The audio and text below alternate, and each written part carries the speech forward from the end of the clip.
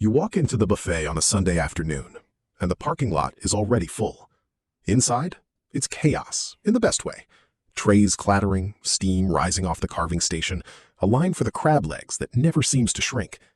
You watch person after person load their plates past the point of reason, and you think, this place is printing money. Every plate is another $12, $15, $20. The register never stops. You could own this.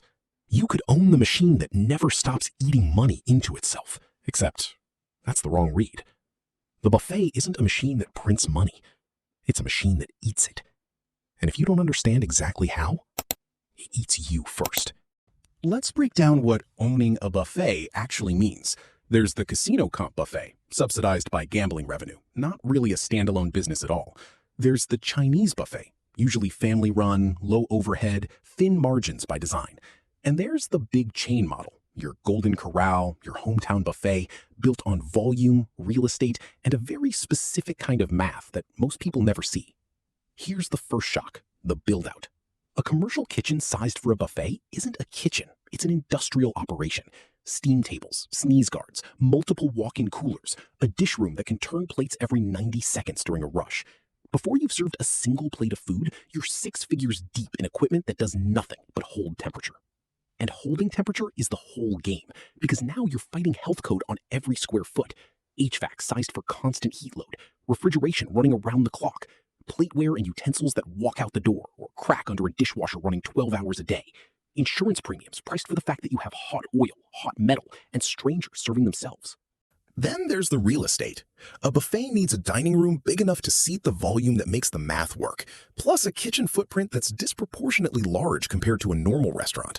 You're not leasing a restaurant, you're leasing a small warehouse with a dining room attached. Now the part nobody wants to say out loud. The pricing model is a bet against your own customers. You charge one flat price and hope the math evens out. The light eaters subsidize the heavy eaters, the salad and soup crowd subsidizes the crab leg crowd. Every single day, you are betting that today's crowd looks like an average crowd. Some days it doesn't. Some days a busload of people who skipped breakfast walks in and your food cost percentage spikes before lunch is even over. So here's the real math. A well-run buffet needs food costs sitting around 30 to 35% of revenue, but not every item on that line carries the same weight. Crab legs, prime rib, shrimp, those are loss leaders. They're the reason people walk in the door, and they lose money every single time a plate goes back for seconds. The buffet survives on rice, bread, pasta, soda.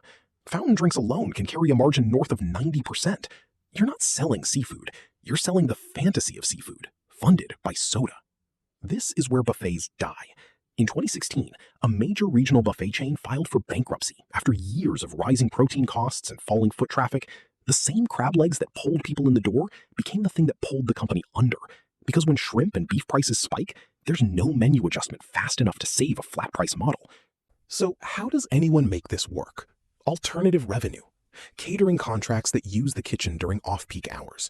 Banquet room rentals for parties and events. Liquor sales, where margins look nothing like the food line. Senior discount days and loyalty programs that sound like giveaways, but are actually volume plays. Filling seats during hours that would otherwise sit empty, turning fixed costs into revenue instead of dead weight. And here's why operators still buy into this model, despite the razor-thin margins. Real estate value and franchise territory. A buffet chain location often sits on land worth more over time than the restaurant ever earns in profit. Some owners aren't really running a food business. They're running a cash flow positive placeholder on valuable real estate, collecting steady revenue while the land underneath appreciates.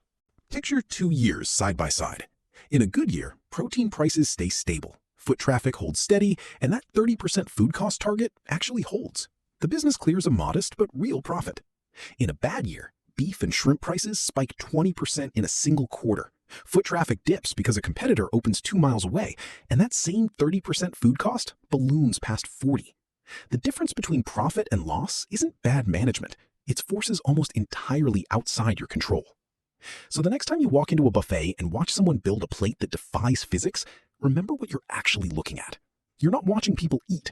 You're watching a very fragile bet on human restraint, subsidized by soda and rice dressed up as abundance.